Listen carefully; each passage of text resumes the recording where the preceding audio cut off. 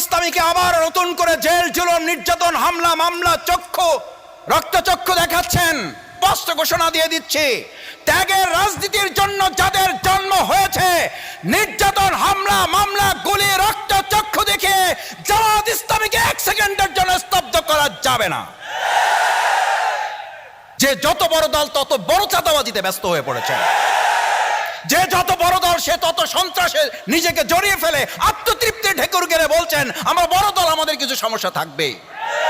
এই দেশ পরিবর্তনে আপনারা সবচেয়ে বড় বাধা জনগণের কাছে। এটা কি করে একটা দল বলে আমি মাথায় আসে না। টকশোতে টেলিভিশনের সামনে আত্মতৃপ্তির সাথে আমি বলছি, আমার পাশে বসে সহ আলোচক দ্ব্যর্থহীন কণ্ঠে বলছে, তার কোনো অনুতপ্ত নাই, কোনো অনুশোচনা নাই, কোনো প্রতিক্রিয়া নাই, তার প্রতি